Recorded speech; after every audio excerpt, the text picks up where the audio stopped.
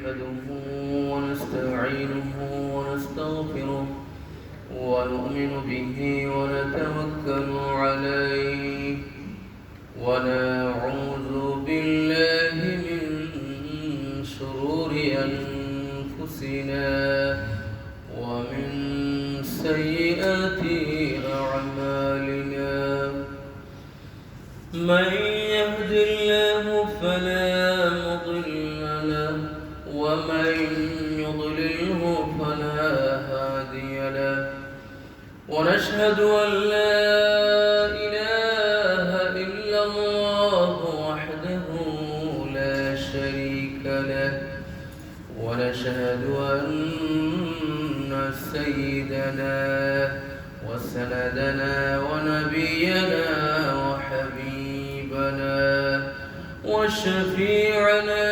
ومولانا محمدا عبده ورسوله أرسله بالحق بشيرا ونذيرا وداعيا إلى الله بإذنه سراجا وقمرا منيرا أما بعد فقد قال الله تبارك وتعالى في كلامه المجيد والفرقان الحميد أعوذ بالله من الشيطان الرجيم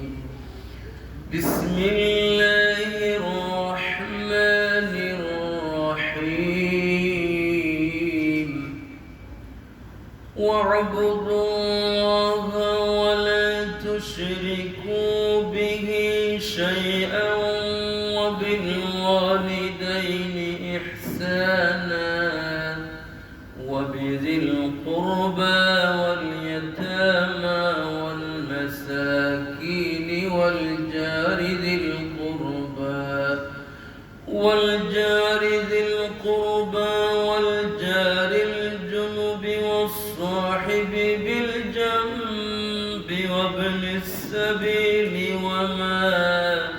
وما ملكت أيمانكم إن الله لا يحب من كان مختالا فخورا قال الله تبارك وتعالى في شان حبيبه آمرا ومخبرا إن الله وملائكته يصلون على النبي يا أيها الذين آمنوا صلوا عليه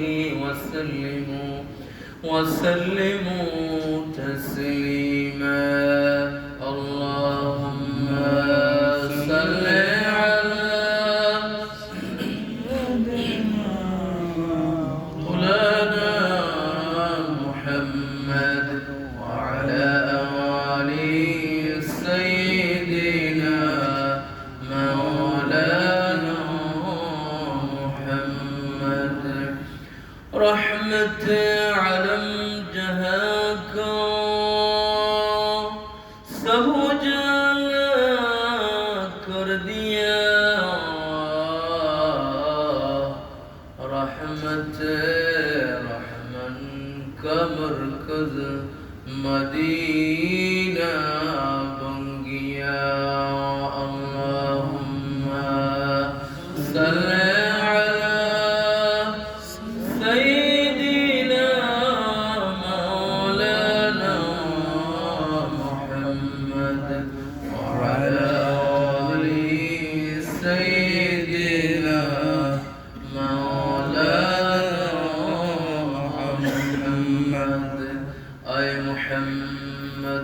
हशर में साथी बना लेना मुझे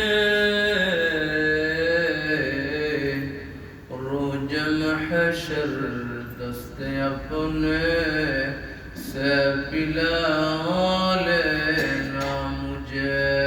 अल्लाहुम्मा सल्ली अला सय्यिदिना मौलाना मुहम्मद व अला आलि सय्यिदिना मौलाना मुहम्मद।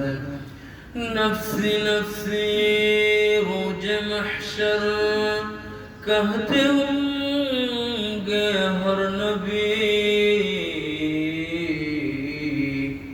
उम्मती उम्मती कहते फिरेंगे रहमतल लिल आलमीन। अल्लाहुम्मा सल्ली अला सय्यिदिना मौलाना मुहम्मद व अला आलि सय्यिदिना मौलाना मुहम्मद।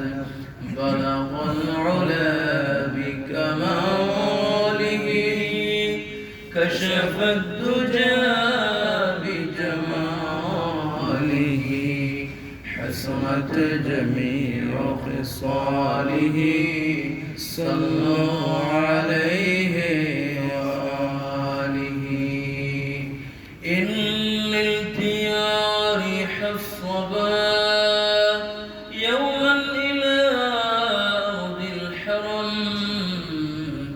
बल्लिग सलामी रौदतन فيها النبي المحترم بلغ العلا بكماله كشف الدجى بجماله حسنت جميع خصاله صلوا عليه وآله يا رحمة للعالمين أنت شافع المجرمين أكرم لنا يوم الحزين فضله وجوده والكرم بلغ العلا بكماله كشف الدجى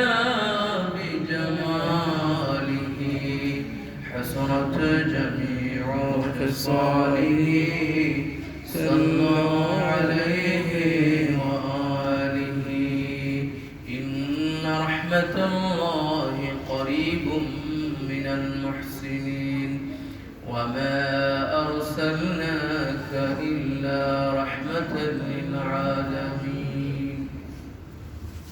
محترم उपस्थित সম্মানিত মুসল্লিন ইকরাম, সামিঈন আযম, প্রিয় হাজিরিন, মহান আল্লাহ রাব্বুল আলামিনের দরবারে অসংখ্য শুকরিয়া যে আল্লাহ তাবারক ওয়া তাআলা আমাদেরকে পবিত্র দিন শুক্রবার জুমার নামাজ আদায়ের লক্ষ্যে মসজিদে আসার তৌফিক দান করেছেন। তাই সর্বপ্রথম মহান আল্লাহর দরবারে শুকরিয়া আদায় করে নেই, আলহামদুলিল্লাহ।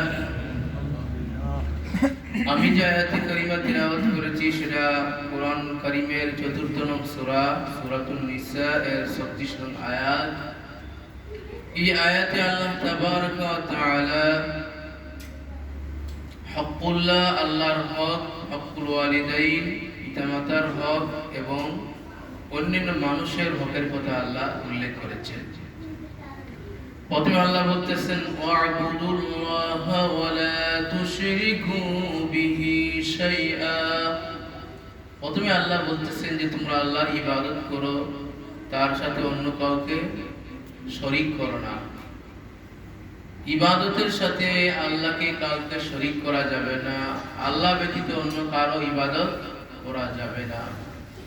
যেমন অন্যান্য ধর্মের মানুষরা দেবদেবীর পূজা করে, উপাসনা করে, তাদের ধারণা যে যদি তাদেরকে খুশি করতে পারি তাহলে আল্লাহ খুশি হবে। আবার কিছু মানুষের ধারণা যে আল্লাহর পরিবার আছে, আল্লাহর ছেলে আছে, এগুলা সব কি? শিরক, মানে আল্লাহর সাথে অংশীদার সাব্যস্ত করা হচ্ছে শিরক। আল্লাহ হচ্ছেন একক, তার কোনো অংশীদার নেই, তার সমকক্ষ কেউ নেই। আল্লাহ কোরআনে কারিমে বলতেছেন, লাউ কানা ফীহিমা আলিহাতান ইল্লাল্লাহ লাফাসাদাতা। আসমান এবং জমিনে যদি আল্লাহ ছাড়া অন্য কেউ পরিচালক থাকত, আল্লাহর সমকক্ষ যদি কেউ থাকত, তাহলে কোনো না কোনো একদিন কি হয়ে যেত? দুজনের মধ্যে বাক বিদণ্ড সৃষ্টি হয়ে যেত। একজনে বলতেন যে আজকে রুদ্র দাও, আরেকজনের বলতেন না আজকে ঝড় তুফান দাও। তাই আল্লাহ বলতেছেন, আমি আল্লাহ একক, আমার সমকক্ষ কেউ নেই এবং আমার সাদৃশ্য কোনো কিছু না। আমরা মনে মনে অনেক কিছু চিন্তা করি, অনেক কিছু ধারণা করি, কিন্তু যদি কেউ মনে মনে আল্লাহকে ধারণা করে যে আল্লাহ এরকম এরকম, তাহলে সেটাও ধারণাগত শিরক হয়ে যাবে। আল্লাহ কোনো কিছুর মতো নয়, আমাদের ধারণারও বাহিরে। আল্লাহ আল্লাহর মতো। আল্লাহ কোথায় থাকেন? আল্লাহ আল্লাহর জগতে থাকেন। বুঝতে পারছেন? আল্লাহ কোনো কিছুতে আবদ্ধ নয়। আল্লাহকে আমরা কোনো কিছু ব্যাপারে বাধ্য করতে পারবো না। আল্লাহ সকল আইনের ঊর্ধ্বে, সকল কিছুরই মালিক উনি, সকল কিছুর ঊর্ধ্বে উনি। তাই আল্লাহ আল্লাহরই মতো। আল্লাহ বলতেছেন, আমার উপাসনা করো, আমার ইবাদত বন্দেগী করো, আমাকে প্রার্থনা করো।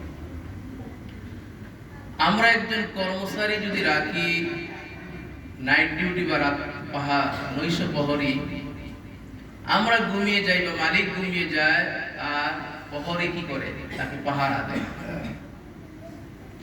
আপনি যদি একটা পোষা কুকুর পালেন, তাহলে সে আপনার কি করবে? রাত হইলে আপনার পাহারা দিবে। কিন্তু আল্লাহ তাবারক ওয়া তাআলা আমাদের যে মালিক, আমাদের যে রব, আমাদের যে স্রষ্টা এবং প্রতিপালক, যিনি আমাদেরকে রিজিক দান করেন, যার আলো বাতাসে আমরা বেঁচে আছি, যার অনুগ্রহে, যার দয়ায় আমরা বেঁচে আছি, আমরা ঘুমিয়ে গেলে কি করেন? আমাদের মালিক মওলা পাহারা দেন। সুবহানাল্লাহ, উনি কত দয়ালু। আমরা ঘুমিয়ে যাই, উনি পাহারাদার। সুবহানাল্লাহ, মানে উনি আল্লাহ তাবারক ওয়া তাআলাকে পাহারাদার বলা যাবে না, কিন্তু আল্লাহ এটা হচ্ছে তার দয়া। মুসা আলাইহিস সালাম আল্লাহকে জিজ্ঞাসা করেন, আল্লাহ আপনি কি ঘুমান নাই? আপনি কি বিশ্রাম নেন না? মুসা আলাইহিস সালামকে আল্লাহ উদাহরণের মাধ্যমে বুঝাই দিলেন যে মুসা, বুঝতে হলে একটু সময় লাগবে, একটু উদাহরণ লাগবে। আপনি আজকে রাত্রে একটা হাতে গ্লাস নিয়ে, পানি ভর্তি একটা গ্লাস নিয়ে সারা রাত দাঁড়িয়ে থাকবেন। দাঁড়িয়েছিলেন, যখন তন্দ্রা আসছে, হাতে গ্লাস পড়ে কি হয়ে গেছে? ভেঙে গেছে। মুসা আলাইহিস সালাম লজ্জিত। আল্লাহ বললেন, বুঝাই দিলেন যে মুসা, আমি আল্লাহ যদি ঘুমিয়ে যাই, আমার তন্দ্রা নিদ্রা থাকে, তাহলে এই যে জগৎ সৃষ্টি, এটা ঠিক থাকবে না, এরকম ভেঙে চুরমার হয়ে যাবে। সুবহানাল্লাহ। তাহলে আমরা একমাত্র ইবাদত করি আল্লাহর কাছে, আমরা সাহায্য চাই। সব কিছুর মালিক হলেন কি? আল্লাহ। আমরা যদি কোনো সৃষ্টির কোনো প্রশংসা করি, তাফসীরে আনছেন এটা মূল প্রশংসার দাবিদার আল্লাহ। আমরা বলি যে অমুক ব্যক্তি খুব ভালো, হৃদয়বান ব্যক্তি, খুব দয়ালু, খুব দাতা, এর মূল মালিককে? স্রষ্টা। তার গুণ না, এটা হচ্ছে স্রষ্টা তাকে অনুগ্রহ করছেন। এটা শেষ পর্যন্ত গিয়া এই গুণাবলী আল্লাহর উপর ন্যস্ত হয়, তার মালিকের উপরে। তাহলে আমরা বুঝতে পারলাম যে আল্লাহর হক, আল্লাহর বান্দার উপরে আল্লাহর হক এবং আল্লাহর উপরে বান্দার হক। হাদিস শরীফে আছে যে বান্দার উপরে আল্লাহর হক হলো আল্লাহর ইবাদত বন্দেগী করবে, আল্লাহর আনুগত্য করবে, তার কাছে সাহায্য চাইবে। আর আল্লাহর উপরে বান্দার হক হচ্ছে আমরা কি করি? অপরাধ করলে ক্ষমা চাই, আল্লাহ ক্ষমা করে দেন। আমরা দয়া প্রার্থনা করি, আল্লাহ কি করেন? দয়া করেন। তবে আল্লাহ কি নয়, কোনো কিছুতে বাধ্য নয়। তারপরে ওয়াবিল ওয়ালিদাইনি ইহসানা, আরো কিছু কথা হাদিস মনে আসলো যে আল্লাহ তাবারক ওয়া তাআলা রাসূল করিম সাল্লাল্লাহু আলাইহি সাল্লামকে বলতেছেন যে কাযাবানি ইবনু আদম, আদমের সন্তান আমাকে মিথ্যাবাদী সাব্যস্ত করলো, এটা তার জন্য ঠিক হলো না। ওয়াসাতামানি ইবনু আদম ওয়ালাহু যালিক, যে আদমের সন্তান আমাকে গালি দিল, এটাও তার জন্য ঠিক হলো না। তো কিভাবে মানুষ আল্লাহকে মিথ্যাবাদী সাব্যস্ত করে? যে মানুষ যখন মনে করে যে আল্লাহ প্রথম যখন আমাদের কোনো অস্তিত্ব ছিল না, আল্লাহ তাআলা আল ইনসানি হিনুম মিনাদ দাহরি লাম ইয়াকুন শাইআন মাযকুরা, আমাদের কোনো অস্তিত্ব ছিল না, কিভাবে আমাদের এই যে গঠন হবে এটাও ছিল না, এক সময় কোনো অস্তিত্ব কাঠামো ছিল না। আল্লাহ কি করলেন? সৃষ্টি করলেন, আমাদেরও সৃষ্টি করলেন, অন্যান্য মাখলুকাতকে সৃষ্টি করলেন। সেই মানুষ যদি আবার বিশ্বাস করে বা আল্লাহকে উপর অপবাদ দেয় যে মানুষ মরে যাওয়ার পরে হাড় সব কিছু মাটি হয়ে যায়, আবার মানুষকে আবার কিভাবে সৃষ্টি করবে? তাহলে আল্লাহ বলতেন সে আমাকে মিথ্যাবাদী সাব্যস্ত করলো। আমি আল্লাহ যখন তার কোনো অস্তিত্ব ছিল না, আমি তাকে অস্তিত্বের মধ্যে আনলাম, সেটা যদি আবার মাটি হয়ে যায় আমি আবার তাকে আনতে পারবো না, এটা আমাকে সে মিথ্যাবাদী সাব্যস্ত করলো। আমি সব কিছুতে কি সক্ষম, ইন্নাল্লাহা আলা কুল্লি শাইইন কাদির, আমি সমস্ত কিছুতেই শক্তিমান, ক্ষমতাবান, ফাআলুল লিমা ইউরিদ, আমি যা ইচ্ছা তাই বলতে পারি। ওয়াসাতামানি ইবনু আদম, আদমের সন্তান আমাকে গালি দিল। কিভাবে গালি দিল? যে সে বলল যে আমার সন্তান আছে, আমার স্ত্রী আছে, অথচ আমি কি এগুলাতে পবিত্র? আমরা যে মানব জাতি যে সন্তান গ্রহণ করে, স্ত্রী গ্রহণ করে, মানুষের স্বপ্নদোষ হয়, মানুষের প্রাকৃতিক প্রয়োজন আছে, এগুলা থেকে আল্লাহ কি পবিত্র, আল্লাহ পুত পবিত্র। তাহলে আল্লাহ বলতেছেন আদম সন্তান আমাকে গালি দিল, আমার ছেলে আছে বলে আমাকে এটা গালি দিল, আমার সন্তান নেই, আমার স্ত্রী নেই, আমার বাবা নেই, মা নেই, আমি একক। তাহলে মোটামুটি আমরা আল্লাহ সম্পর্কে আমরা ধারণা নিলাম। তারপর হচ্ছে ওয়াবিল ওয়ালিদাইনি ইহসানা, পিতামাতার প্রতি সদাচরণ করা। নবীজি বলতেছেন যে কোরআনে কারিমে পিতামাতার ব্যাপারে বহু আয়াত রয়েছে। আল্লাহ তাবারক ওয়া তাআলা নবী করিম সাল্লাল্লাহু আলাইহি ওয়াসাল্লাম বলেন যে পিতামাতার সন্তুষ্টিতে হলো আল্লাহর সন্তুষ্টি। রিদাল ওয়ালিদাইনি রিদাল্লাহ ওয়া সুখতুল ওয়ালিদাইনি সুখতুল্লাহ, যে পিতামাতার সন্তুষ্টিতে আল্লাহর সন্তুষ্টি, আর পিতামাতার অসন্তুষ্টি আল্লাহর সন্তুষ্টি। তো পিতামাতার ব্যাপারে আমরা অনেক জানি। আমরা পিতামাতার সদাচরণ করব, তাদের সাথে ভালো আচরণ করব। তারা বিশেষ করে যখন বার্ধক্য হয়ে যান তখন তাদের সেবা শুশ্রূষা করতে হয়, তাদের অনেক প্রয়োজন আছে, দেখাশোনা করতে হয়,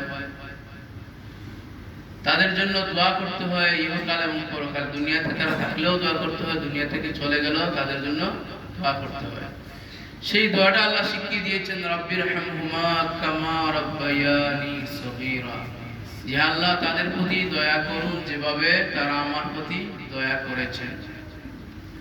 তো আমরা আল্লাহকে বলি যে আল্লাহ তাদের প্রতি আপনি দয়া করুন। আল্লাহ বুঝাতে চাচ্ছেন যে ছোটবেলা যে একজন সন্তানের জন্য যে পিতামাতা যে কষ্ট করেন, বিশেষ করে মা যে কষ্ট করেন, এই কষ্টের বদলা বা এই কষ্টের যে বিনিময় দেওয়া একজন সন্তানের পক্ষে কি নয়, মোটেও সম্ভব নয়। সুবহানাল্লাহ। তাই আল্লাহ আমাদের বোঝাতে চাচ্ছেন যে সেই বিনিময় আমি আল্লাহর কাছে কি করে দাও, সাপোর্ট করে দাও। রব্বিরহামহুমা, আল্লাহ আপনি দয়া করুন। ছোটবেলা আমার প্রতি যে দয়া করেছেন, এই দয়ার বিনিময় আমি সন্তানের কখনো দেওয়া সম্ভব নয়, আল্লাহ আপনি দিতে পারেন। আপনি কি করেন, তাদের প্রতি দয়া করুন। সুবহানাল্লাহ। তাহলে পিতামাতার জন্য সন্তানের দোয়া কবুল হয়, আর সন্তানের জন্য পিতামাতার দোয়া কি হয়, কবুল হয়। এছাড়া মুসাফিরের দোয়া কবুল হয়, মাজলুমের দোয়া কবুল হয়, রোজাদারের দোয়া কবুল হয়, হাজিদের দোয়া কবুল হয়, এই সমস্ত ব্যক্তিদের দোয়া কি হয়, কবুল হয়। এইগুলো পিতামাতার ব্যাপারে পিতামাতার হক। তারপরে আসলো আমাদের অন্যান্য মানুষের হক।